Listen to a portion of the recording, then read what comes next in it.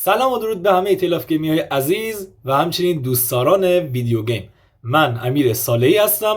و امروز میخوام عنوانی رو بررسی کنم که خب بین گیمرها و خیلی ها پرطرفدار و محبوب هم هست و اونم چیزی نیست جز The Last of Us. البته Last of Us 1. خب قبل اینکه بریم بررسی کنیم از اون میخوام که کامنت و لایک و سابسکرایب رو فراموش نکنین. مرسی که هستین. بزن بریم.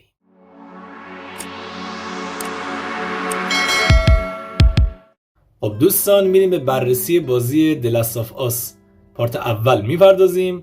خب این بازی در واقع تو 3 نسخه عرضه شده بود و در واقع نسخه اولیه این بازی همون نسخه اورجینال یا کلاسیک به اصطلاح میگن توی کنسول نسل هفتم توسط شرکت ناتی داگ در سال 2013 و انحصار PS3 عرضه شده بود. یعنی هیچ کنسول دیگه اینو نداشت، ایکس باکس چیز دیگه اینو نداشت.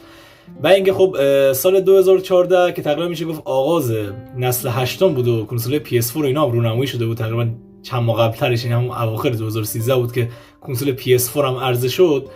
ناتی داگ اومد یه حرکتی زد، این بود که یک نسخه ریمستری هم عرضه کرد برای این عنوان که بهونه بشه برای کنسول‌های نسل هشتمی، چون بخاطر اینکه اون موقع کنسول نسل هشتمی PS4 توانایی اون قابلیت پشتیبانی بازی‌های قبل‌ترش رو نداشت. یعنی اون قابلیتی که الان ما تو PS5 می‌بینیم که شما میتونین بازی PS4 رو روی 5 اجرا کنین، PS4 چون اون قابلیت رو نداشت و همینطور هم که خب هم که گفتم نسخه اولیه Last of Us روی PS3 عرضه شده بود و این نسخه PS3 بود. خب برای اینکه قاعدتاً فروش بیشتری هم داشته باشه، ناتی داگ مجبور بود که اون رو دوباره چون اواخر نسل 7 عرضه کرده بود برای نسل 8 هم اون رو عرضه بکنه، ولی خب اومد یه ذره رزولوشن و اینا رو تغییر داد و یه رنگ و لایه هم بهش شد و در واقع توی نسخه ریمستر شده اون رو عرضه کرد برای PS4. تا اینکه بعد مدت ها دید که خیلی طرفدار این عنوان هم زیاد شد و در واقع لاست اف اس عنوان آی پی جدیدی بود که سال 2013 عرضه شده بود، یعنی قبلش هیچ پیش زمینی کسی نداشت و خوب تونست خودش دل گیمرها جا بکنه. و این برای همین هم توی نسل نهم ناتی داگ اومد یک نسخه هم برای بهونه این بشه که مثلا روی کنسول جدید و روی سخت افزار جدید اونو پلی بدیم، اومد این نسخه ریمیک هم واسش ساخته که البته نسخه ریمیک فقط در انحصار PS5 نیست و برای پلتفرم PC هم عرضه شده. یعنی در واقع تو همین حال حاضری که الان میخوام این ویدیو رو بررسی کنم، نسخه ریمیک این بازی برای پلتفرم PS5 و PC در دسترس و شما میتونید اونو توی این دو پلتفرم که بهش دسترسی دارین تجربهش بکنید. و اگه بخوام این بازی رو از نظر داستانی هم بررسی بکنم، این بازی در واقع یک سبک اکشن و بقا هستش و یه جوری میشه گفت محیطش هم خطیه و داستانش هم مربوط میشه به داستان آخرالزمانی. و اگه بخوام به طور کلی داستانش هم بررسی بکنم، ما اینجا یک ویروس داریم به اسم کوردیسپس که یک ویروس قارچی هست و کل دنیا رو فرا گرفته و هر کسی هم به این ویروس مبتلا بشه دیگه اختیار خودش از دست میده و شبیه هم حالت زامبی طور میشه، یعنی حالت وحشیانه عمل میکنه. خب حول داستانم به حول شخصیت جوئل میچرخه که در واقع شما شخصیت جوئل رو کنترل میکنین و در این بین با یک دختری آشنا میشین، یه دختر بچه‌ای به اسم الی که خب باید با هم دیگه به ماجراجویی‌های این دنیای آخرالزمانی بپردازین.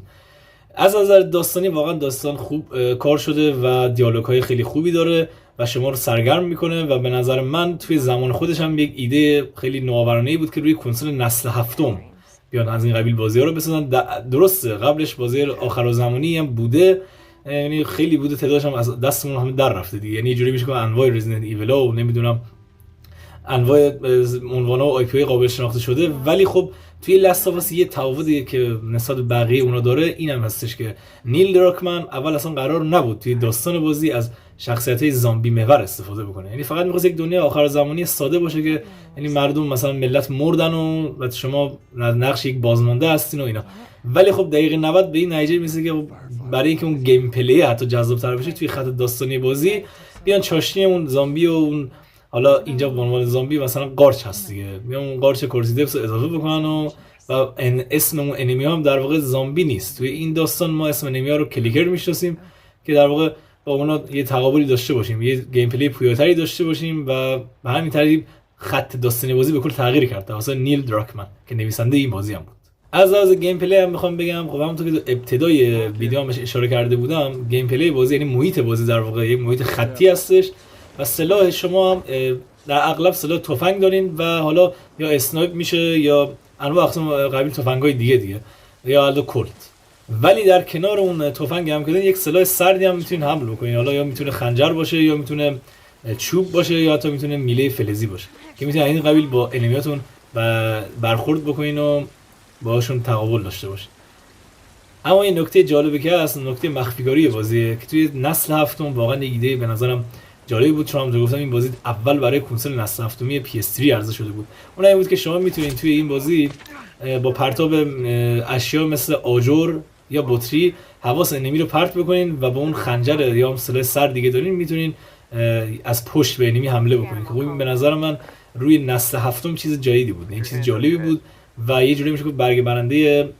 ناتی داگ هم حساب میشه برای این بازی که همون رو روی نسخه پارت دومش هم پیاده کرده. یعنی عملا تو نسخه پارت دوم از گیم پلی ما زیاد تفاوتی به اون صورت با نسخه اول نداریم و فقط یه سری آپشن‌ها و یه سری سلاح جدیدتر و متنوع‌تر داریم در همین حد، ولی خود اسکلت اصلی گیم پلی همونه و از همون الهام گرفته شده.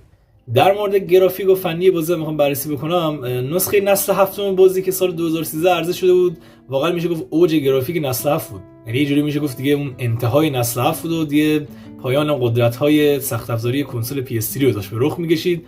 و خب از اون طرف هم نسخه نسل هشتم که گفتم ریمستر شده بود، از گرافیک زیاد تفاوت آنچنانی با نسخه قبلترش نداره، فقط در حد اینه که رزولوشنش بهبود یافته‌تره، یعنی رزولوشن 1080 هم روش اضافه شده و یه جوری تکسچرها رنگ و لعاب بهتری گرفتن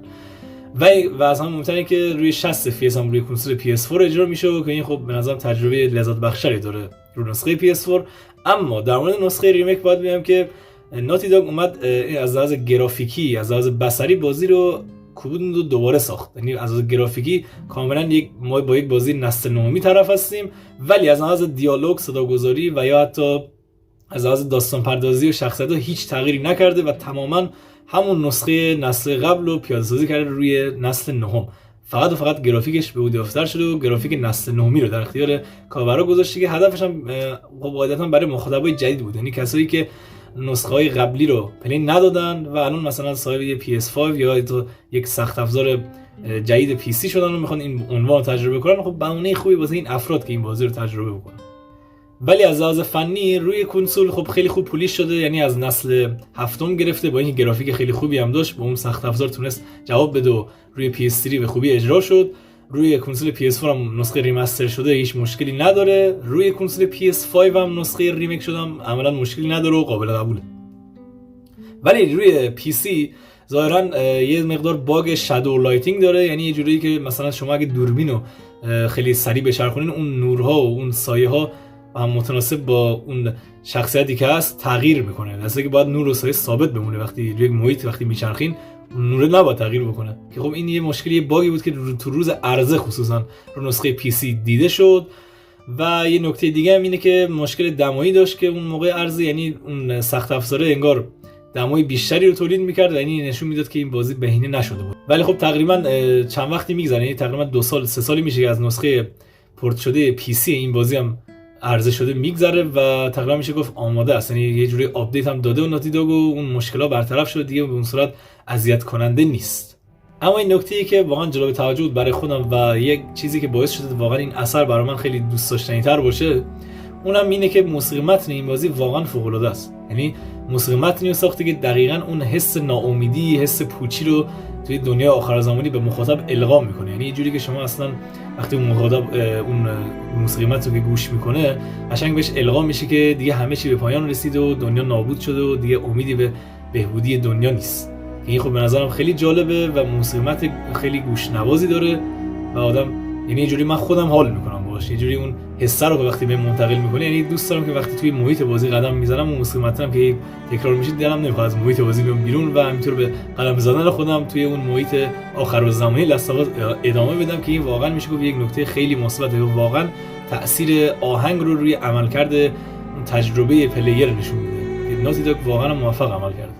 ناگفته نمونه که از این عنوان پرطرفدار سریالی هم ساخته شده. حالا که صحبتش شد باید بگم که سیزن اول سریال حالا درسته خود شخصیت الی که بلارمزی نقشش بازی کرده خود منم زیاد قبول ندارم این شخصیت رو و اونایی که گیمر باشن حرف منو تایید میکنن، اونایی که این عنوان در واقع بازیش تجربه کرده باشن میدونن که اون شخصیت الی که توی خود بازی هست کجا و اون بلارمزی کجا. ولی خب جدا از همه اینا داستان سرایش توی یعنی توی سیزن اول سریال خیلی خوب بود، یعنی داشت خیلی تمیز خلاصه خیلی روون داشت داستانو پیش میبرد متناسب با همون نسخه اول بازی و وفادارم بود اتفاقا. ولی از اون طرف هم سیزن دومش که همین چند وقت پیش عرضه شد متاسفانه دیگه زد جاده خاکی، یعنی یه جوری که از داستانی واقعا دیگه خیلی داشت کش میداد و یه چیزای عجیب غریب هم اضافه کرد که واقعا من خودم به شخصه کسی که هم پارت 1 هم پارت 2 رو تجربه کردم اینو یعنی با سیزن 2 اصلا حال نکردم و احتمالاً دیگه فکر نکنم سیزن 3 هم بتونم نگاه بکنم. خلاص سریال داشت خوب پیش میرفت و اینکه سیزن بعدی یعنی سیزن 2 که اومد دیگه خرابش کرد که این واقعا نظرم جای تأمل داره که چرا واقعا این حرکت رو زدن و جا داشت این سریال پتانسیل این داشت که واقعا حتی با انتخاب درست بازیگر یکی از برترین سریال های ساخته HBO بشه. حالا نمیگم که در حد شاکاری مثل گیم آف ترونز یا سریال‌های دیگه از این قبیل یا بریکینگ بد، ولی خب این پتانسیل رو داشت که واقعا تو جایگاهی که الان هست اینو نبینیم، یعنی چند پله بالاتر اینو ببینیم.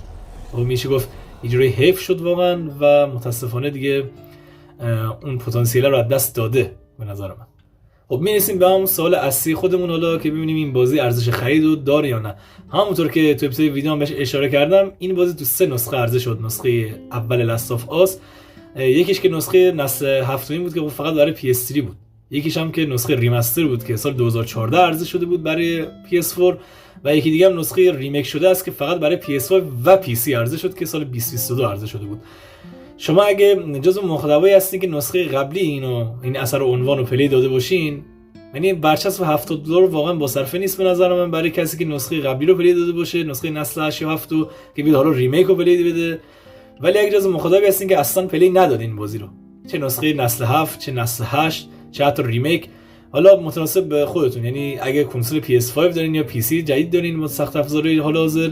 یا PS4 دارین یا PS3، به طور کل نباید این عنوان رو به هیچ وجه از دست بدین، چون به خاطر اینکه هیچ جوری شما رو ناامید نمیکنه و واقعا یکی از خوش ساخت‌ترین بازی‌های ساخته شده حال حاضر دنیای گیم محسوب میشه، چه از لحاظ آخرالزمانی بودنش، چه از لحاظ موسیقی متنش، چه از لحاظ گیم پلیش، و من اینو به شخص خودم تایید میکنم. و اینکه یک عنوانی شاید هستین که خیلی هم یعنی سرگرمتون میکنه و لذت بخش و حتی بارها میتونید اونو پلی بدین. مثلا آخرم یه نکته هم که اضافه بکنم اینه که این بازی هم شامل یک DLC به نام لفت بیهایند هستش که سرگذشت الی رو هم شامل میشه، یک خلاصه کوتاه از سرگذشت الیه و این توی نسخه کامپلیت ادیشن بازی، این نسخه قبلی نسخه نسل 7 یا همون 8 بازی رو نسخه دیلاکس ادیشنش هست. برای ریمیک هم که خودش پیش‌فرض بای دیفالت داره، یعنی شما اگه نسخه ریمیک رو تهیه کنین که اصلا نیازی به خرید جداگانه DLC هم نیست، تو خودش هست. خب دوستان این بود از بررسی عنوان The Last of Us پارت 1. امیدوارم که بررسی من برای شما مفید واقع بوده باشه. هر جا که هستین خوب و خوش و سالم باشین. به امید دیدار.